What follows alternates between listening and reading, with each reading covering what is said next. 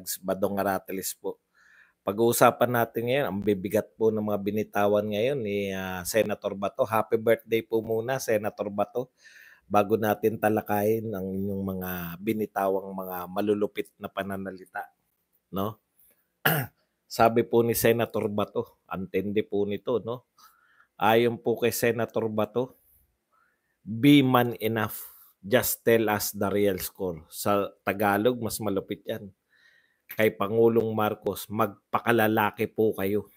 No? Sabihin nyo na sa amin kung talaga bang pinapasok nyo yung ICC o hindi. Dagdag pa riyan, meron pa rin po siya, inakusahan niya rin po o sinabi niya po na ayon daw sa isang congressman, si Martin Romualdez daw po, Speaker Martin, ang nagpo-push ng People's Initiative, no? Para po sa pagbabago ng 1987 Constitution. Matindi pala to si Bato. Huwag niyong ginagalit si Bato. Meron po tayong hindi palaisipan na naman mga Duterte. Hindi tatakbo yung kanyang mga kapatid.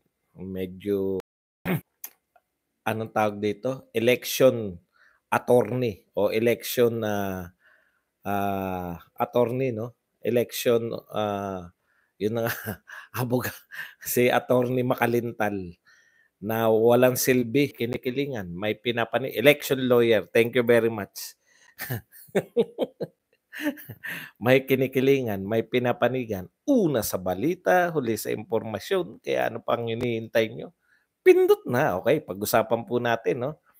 Unahin na po natin tong mga tinuran. Yun na po, no? Unahin lang natin yun. Ayon po kasi rito, Bisaya kasi yung pagkakabanggit ni Inday Sara. Hindi ko po alam kung alam niyo naman ng mga Duterte, isa po to sa mga ano nila, no? Yung anong tawag dito, tuwing election. Pwede nating sabing election drama o election na diskarte sa election, pero pinag-iisip na naman po tayo. Napakahusay ng ako minsan naiinis, minsan nakakatuwa, madalas matuwa dahil grabe, no? Ano kaya pinag-iisip na naman ng mga Duterte ng bitawan ni Inday Sara yung pananalita? Ayon sa isang translasyon na napanood ko, translation, no? Nababalitaan niya raw na wala nang balak tumakbo si Pulong at saka to si Baste.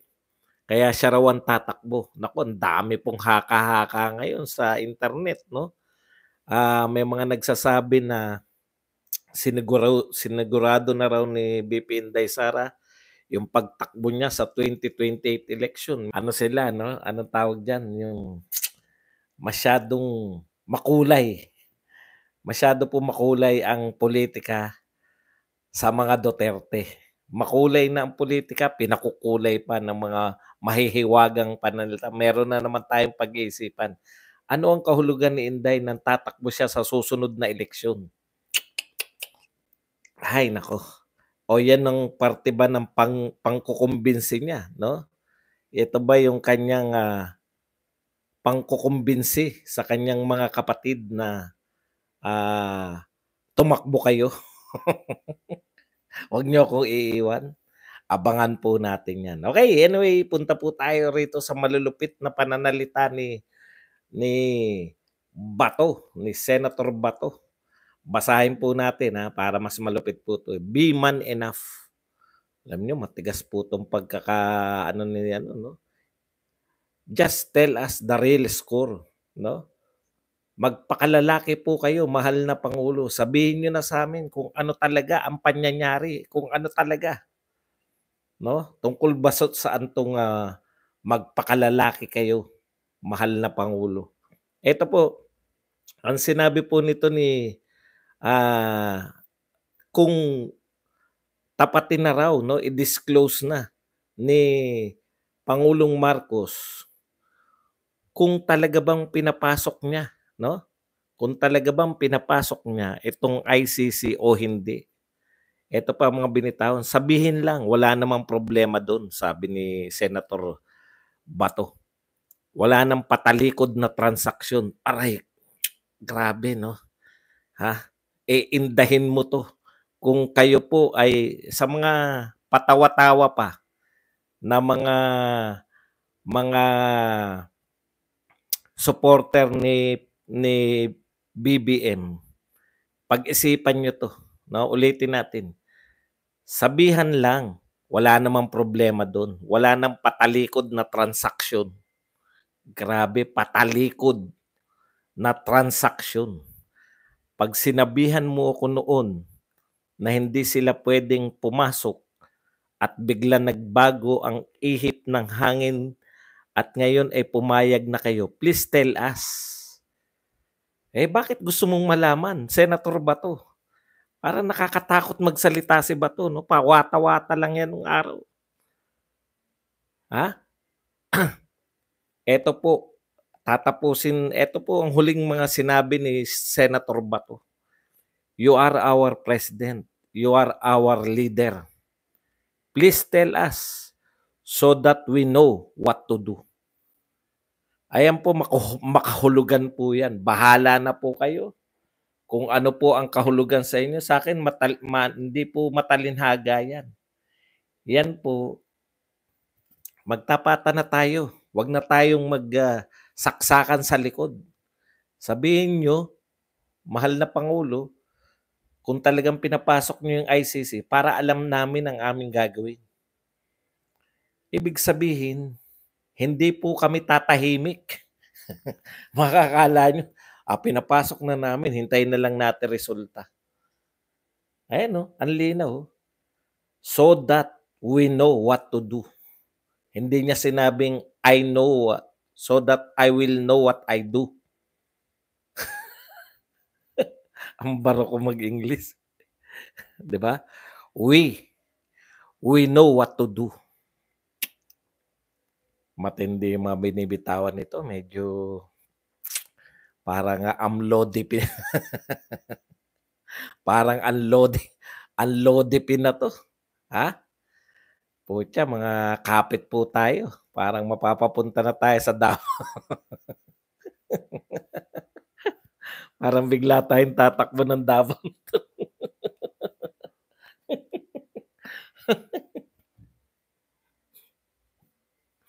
Okay, tignan po natin 'no.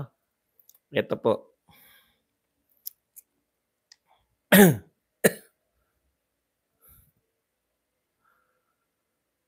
Sa isang banda kaya pag-isipan po natin, isipin niyo po yung mga kahulugan na yun. Tapos eto po, sa isang banda naman, inaakusahan na po ni Senator Bato pa rin 'no, Senator Bato. Inaakusahan niya naman po eto, pag-isipan po muna natin yun, yung mga sinabi na yun. Una, gusto niya na hindi po parang parang sinasabi ni Bato na ano, hindi po puwedeng hindi malinaw, 'no? Hindi ka 'wag mo kaming daanin sa pananahimik. Parang ganito yung sinasabi ni Senator Bato, eh. "Wag mo kaming daanin sa hula-hula, kami manghuhula kung ano, kung nariyan na ba 'yan."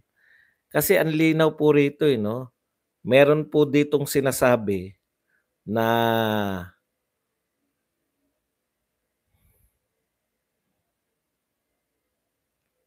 si Trillanes nakaano pa 'to, eh. Ayan kasi, sinasabi, oh.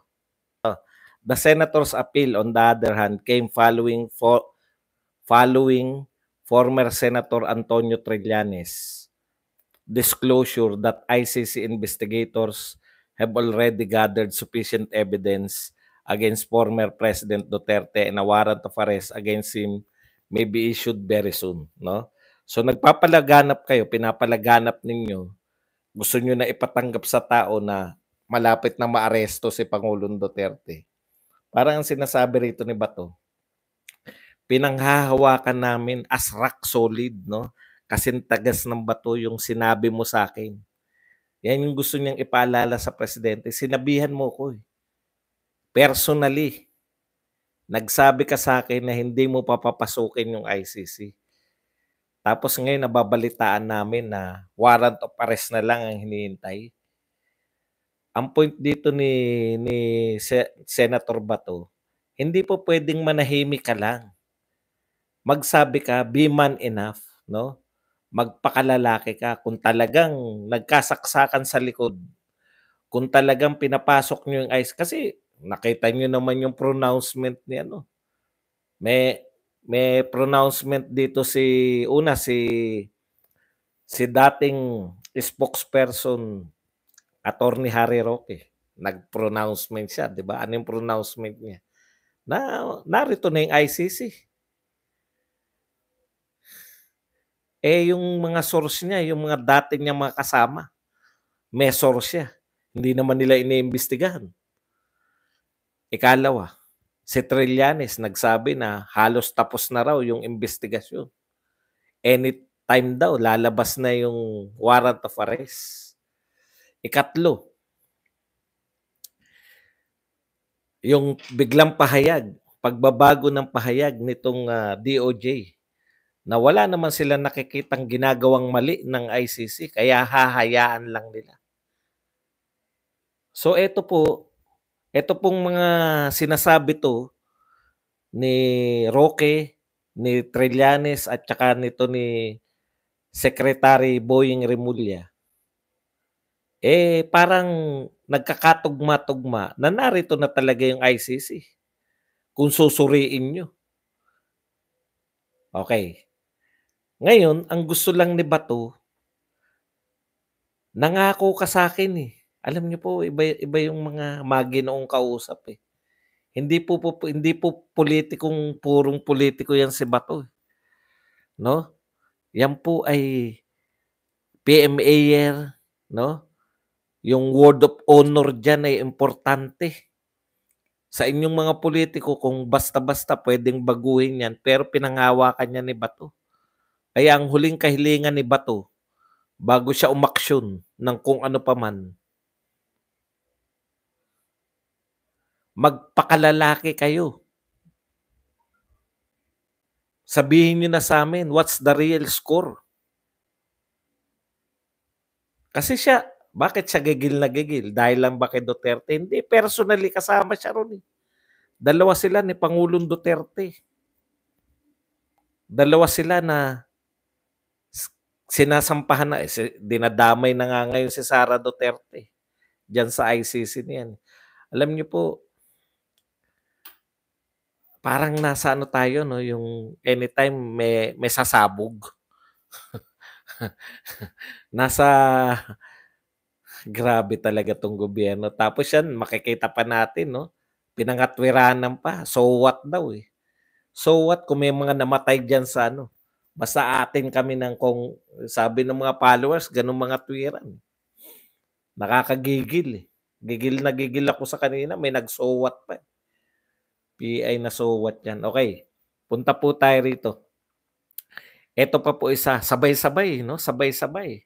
Tapos nakikita mo si Mel Robles ba 'yun? Mel Robles na wata-wata kasama yung ano 'no, yung mga yung nakakapanggigil po yung mga itsura nila na nakikita mo balewala lang lahat, oh. 15 na po ang namamatay sa landslide dun sa Davao. Davao de Oro ba o Davao basta yung nagtatawanan pa nakita mo na yung Mel Robles na tawang-tawa pa kasama yung grabe. Sabi ko mga ano 'tong tao na 'to yung may immune sila sa nagaganap. Okey, isa pa, si Bato nagsabi rin 'no, may nagsabi sa kanyang congressman, "Wag na tayong magpaligoy-ligoy, tinukoy na ikaw Martin, ikaw ang pasimuno niyang ano na 'yan." Sinabi na ni Senator Bato. A Congress member told him, Speaker Martin ordered his colleagues, inutusan ni Speaker Martin ang kanyang mga kapwa congressman to facilitate the push for People's Initiative in a bid to amend the 1987 Constitution. O very obvious naman. Sa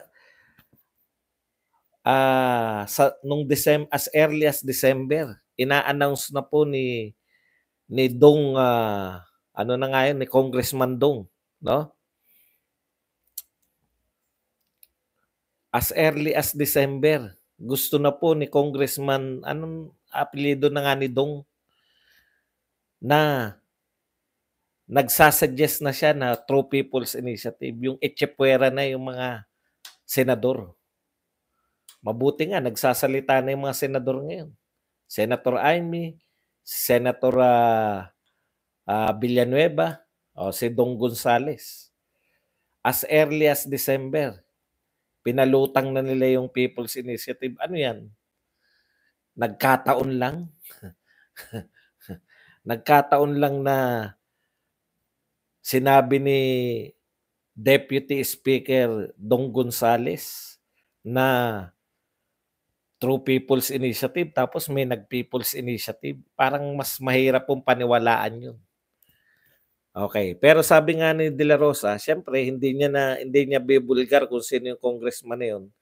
Mahirap na kasi kung kumprontahin mo rin sila, sabihin nila sa'yo, boss, pasensya ka na, just following orders. So following orders lang daw sila. So mahirap din sisihin mo sila. Pero ayon na rin kay Senator Bato, kung tutusin, pwede talaga silang sisihin. Hindi po pwede yung following orders ka lang ng following orders. Di po ba?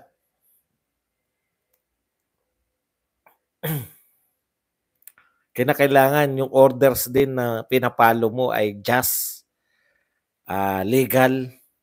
Kung congressman ka at ikaw ang mamumuno sa People's Initiative, hindi po ano yun, hindi po makatotohanan yun. Okay. Pero tinanggi po yan ni Romualdez. Tignan niyo po, ayan, no? Sabi po ni Romualdez, that Senator Bato talking, I don't know what he's talking about. He has not mentioned any congressman. I do not respond to general statements. Tindi, no?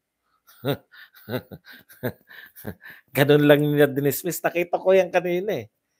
No? Sige, magpakita po kayo ng arrogance. Yung sabi sa akin ng congressman, pero di ko na sabihin sino siya, baka pagalitan siya. Sabi, eto po, that Senator Bato talking, wala kang balak alamin kung totoo yung sinasabi ni Senator Bato o hindi. Sa bagay, alam mo na. Aalamin mo pa ba yan? Alam mo na eh.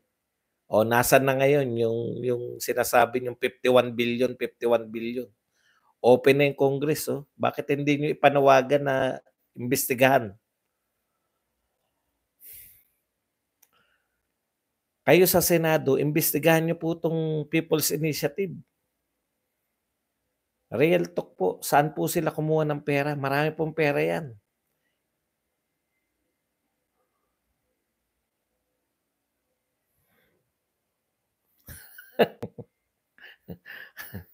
Paki-volume lang po sa mga hindi makarinig. Marami pong perang ginagastos yan. Saan po galing yung pera? Naku, hindi na po ito po pwedeng i-ignore nyo lang. Ang daming beses nyo na i-ignore. No? Mahal na Pangulo, hindi na ubra yung mga patahimik. No? Yung PSG, wala po kaming problema sa PSG. Alam po namin yung trabaho nyo. Protektahan yung Pangulo. Hindi po kayo dapat yung nag-ano ron. Ang dapat po sagutin, sa lahat, no? Ang nakakagalit po, wala po silang balak sagutin eh. Dami nangyayari sa lipunan. Ang dami pong crisis ngayon. Yung integridad ng gobyerno.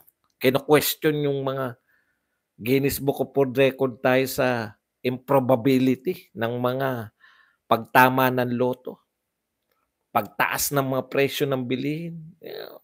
Mataas ang presyo pero baha yung mga gulay ng mga magsasaka natin. Putya, wala. Nakakaawa rin eh. No? Ang mura-mura dahil binahanin nyo sa merkado ng mga imported. Kawawa yung mga magsaka natin. Hindi mabili yung mga sibuyas nila at kung ano-ano. Uy, baka naman nagkamali lang po si Jocelyn. Sobra naman. Napaka-OA nyo naman. Sabihin nyo lang na may sounds. Huwag naman kung ano-ano. Masyado kayo mainit naman. Cool lang kayo. Ako nga dapat na mainit, eh, cool lang ako, eh. Okey, asan na ba tayo?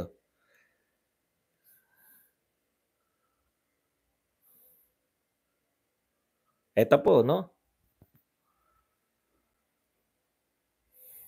ah, 'yan po dapat sagutin niyo na 'yan 'no, hindi po pupuwedeng in general, hindi ako nag-aano sa general.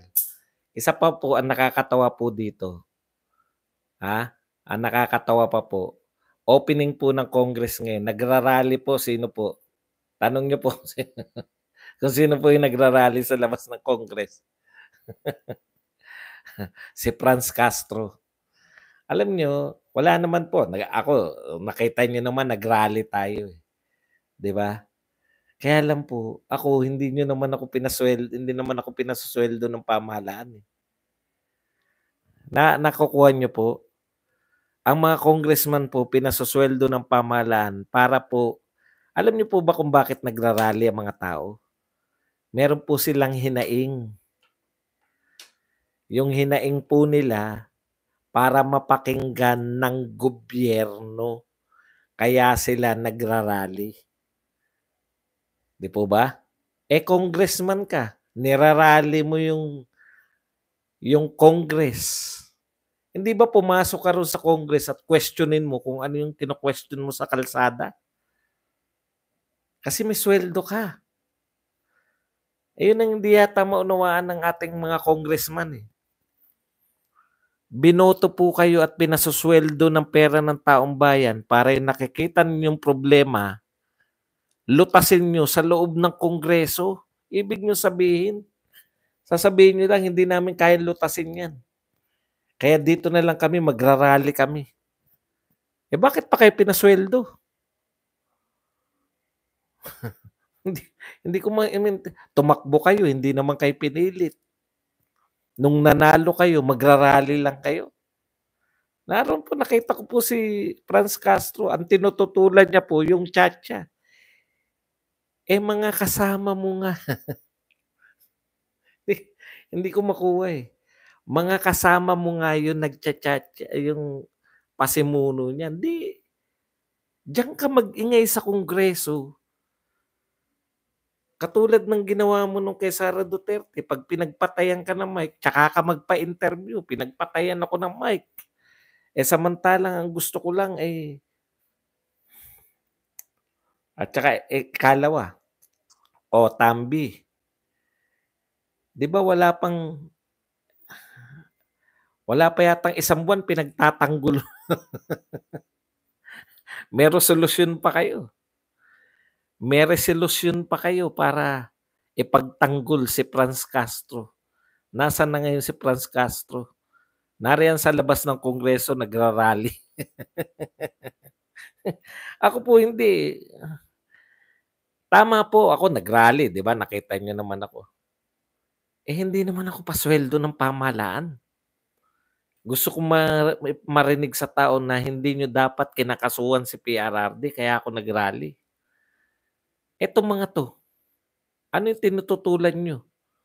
Hindi ba lahat ng tinututulan niyo kaya kayo pinasuweldo? Pinapasuweldo ng pamahalaan para ayusin niyo sa loob?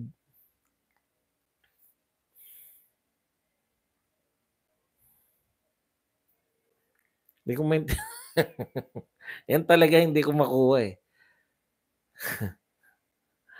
Okey, lawyer Makalintal, kilala naman po natin si Makalintal, yan yung talunan na ano 'no, yan po yung talunan na, kasama po roon sa Otso Diretso. Sabi po ni Makalintal ngayon 'no, dapat daw yung COMELEC hindi na tinatanggap yung mga pirma na yan. Eto po, wala naman tayong alam dito sa batas na 'to, eto po marunong talaga 'to sa batas.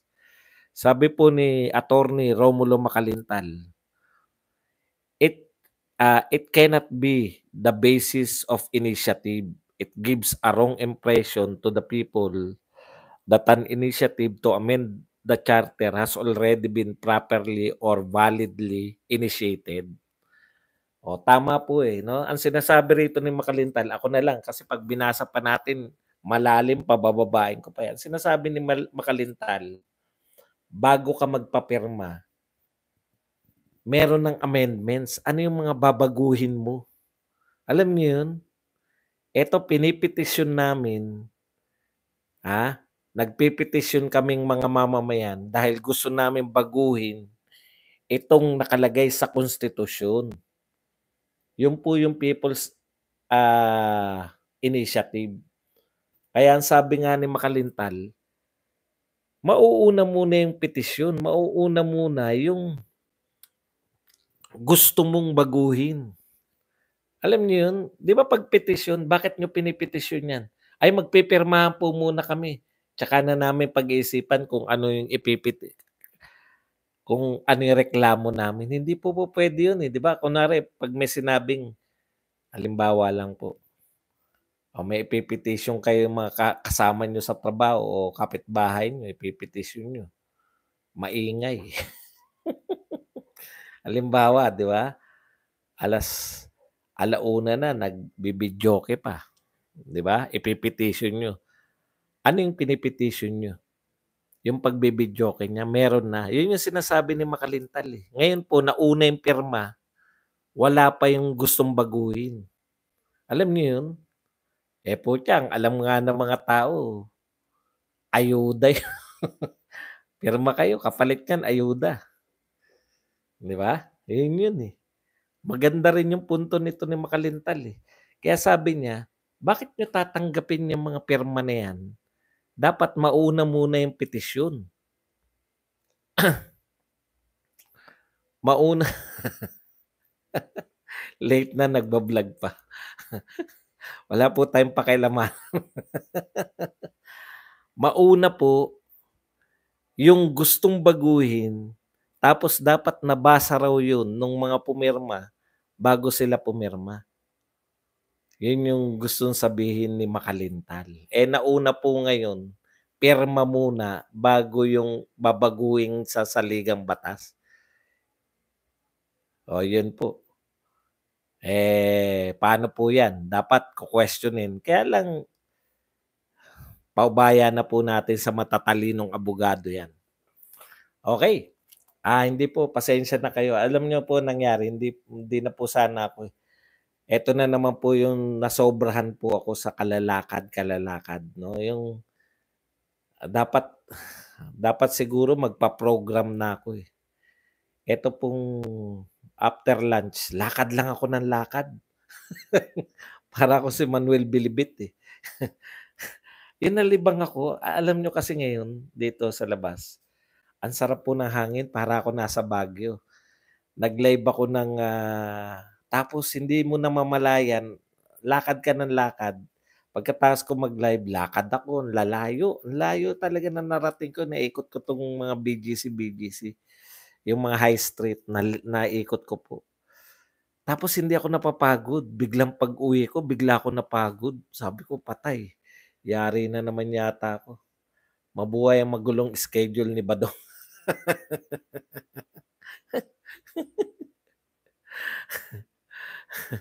Thank you very much kay Gregory sa 5,000 won. Hindi po kasi tayo convention. Pasensya na po. Okay, 'yan lang po ang ating topic. Puwede na po tayong ano, basa ng inyong mga komento.